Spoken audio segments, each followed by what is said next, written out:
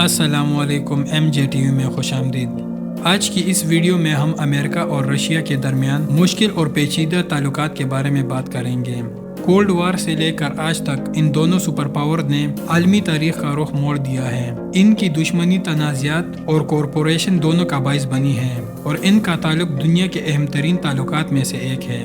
اس video میں ہم Russia اور امریکہ کی پولیٹیکل ہسٹری کے بارے میں بھی بات کریں گے اور اس بات کا جائزہ لیں گے کہ وقت کے ساتھ ساتھ ان کے تعلقات کیسے بدلتے گئے، اور اس کرائسس پر بھی بات کریں گے کہ جب 1962 کے کیوبا کے میزائل بحران کشیدگی نے امریکہ اور سوویت یونین کو نیوکلیئر وار کے دہانے پر کھڑا کر دیا تھا۔ تو چلے ویڈیو کو شروع کرتے ہیں۔ 18ویں صدی کے آخر میں امریکہ اور روس نے بین الاقوامی تعلقات کے ذریعے ایک نئے سفر کا آغاز کیا۔ ان تعلقات کا مین کریکٹر روس کی مہارانی کیتھرین تھی، جو کہ امریکہ کی آزادی کی حمایت میں تھی، کیونکہ اس وقت امریکہ برطانیہ کی ایک کالونی تھی۔ انہوں نے ایک قابل ذکر دوستی کے مرحلے کا اشتراک کیا، جو کہ برٹش انفلوئنس کا مقابلہ کرنے کے لیے اپنے ایک مقصد میں متحد تھے۔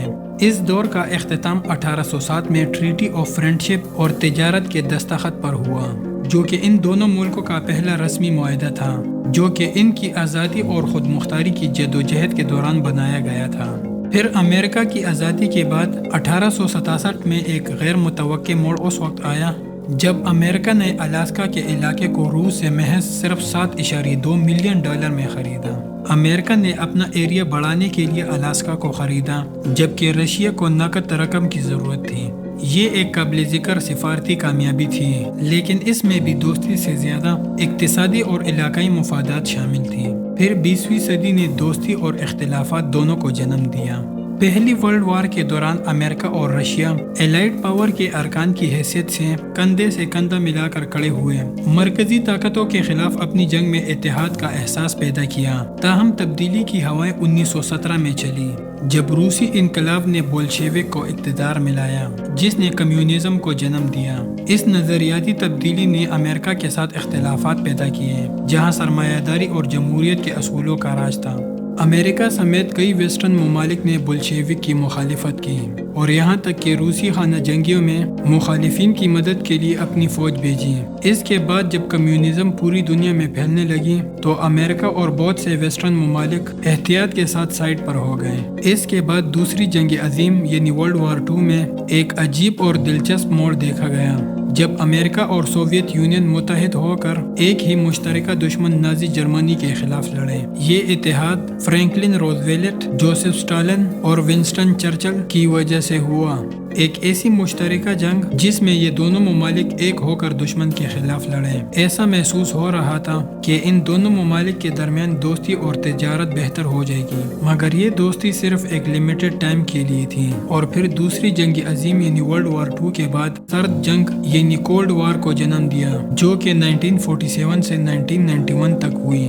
امریکہ اور سوویت روس اب اتحادی نہیں رہے تھے، وہ مخالف بلاکس کی قیادت کرنے والے سپر پاور بن چکے تھے۔ امریکہ نے نیٹو کی قیادت کی، جبکہ وارسا معاہدے کی سربراہی سوویت یونین نے کی۔ ایک ایسی کولڈ وار جس میں نظریاتی اختلافات، عالمی تسلط کی دوڑ اور نیوکلیئر ویپن کے بڑھتے ہوئے خطرے نے دونوں ممالک کے درمیان بڑی دشمنی پیدا کر دی۔ ایک طرف ٹرومین نظریہ، مارشل پلان اور نیٹو کی تشکیل تھی، جبکہ دوسری طرف سوویت روس نے مشرقی یورپ میں اپنا اثر و رسوخ بڑھایا اور وارسا معاہدہ بنایا، جس سے مزید دشمنی میں اضافہ ہوا۔ پھر 1962 کے کیوبا کے میزائل کا ایک نیا معاملہ سر اٹھانے لگا، جب امریکہ نے کیوبا میں سوویت میزائلز کو دریافت کیا۔ دنیا نے اپنی سانسیں روک لی، کیونکہ امریکہ اور سوویت روس ایٹمی جنگ کے دہانے پر کھڑے تھے۔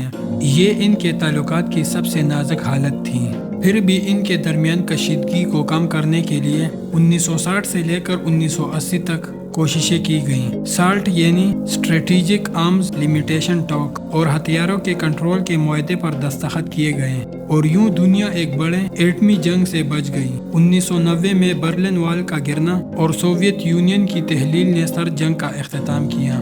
امریکہ اور روس نے ایک مختصر لمحے کے لیے ہتھیاروں میں کمی کے معاہدوں اور سابق سوویت ریاستوں کی تحلیل پر مل کر کام کیا۔ ایسا لگ رہا تھا کہ ان دونوں ممالک کی دوستی سے ایک نیا دور شروع ہونے جا رہا ہے اور پرانی دشمنیاں ختم ہو سکتی ہیں، مگر پھر مشرقی یورپ میں نیٹو کے بنانے پر کشیدگی ایک بار پھر بڑک اٹھی۔ نیٹو میں پرانے سوویت ممالک بھی شامل تھے، جس نے روس کو تشویش میں ڈال دیا۔ روس نے اسے سیکیورٹی کے خطرے کے طور پر دیکھا۔ روس نے نیٹو کی کھلا مخالفت کی اور اسے بین الاقوامی قانون کی خلاف ورزی قرار دیا۔ 2008 میں روس اور جورجیا کی جنگ نے تعلقات کو مزید خراب کر دیے۔ روس کی جانب سے ابخازیہ اور ساؤتھ اوسیٹیا کے الگ ہونے والے علاقوں کو تسلیم کرنے پر امریکہ اور اس کے اتحادیوں کی طرف سے مذمت کی گئی۔ پھر 2014 میں روس کے ذریعے کریمیا کا الحاق اور مشرقی یوکرین کے تنازع نے تعلقات کو مزید بدتر کر دیے، جس کے نتیجے میں امریکہ اور اس کے اتحادیوں کی طرف سے پابندیاں عائد کی گئیں۔ موجودہ دور میں ان دونوں ممالک کے تعلقات اتنے اچھے نہیں ہیں۔ اس کے علاوہ شام، سائبر حملوں اور ہتھیاروں کے کنٹرول جیسے مسائل بھی شامل ہیں۔ امید ہے MJTV کی یہ ویڈیو آپ کو بہت اچھی لگی ہوگی۔ ایسی ہی مزید انفارمیٹیو ویڈیوز کے لیے ہمارے چینل کو لائک اور سبسکرائب کریں۔ تو ملتے ہیں ایک نئی اور شاندار ویڈیو میں، تب تک کے لیے اللہ حافظ۔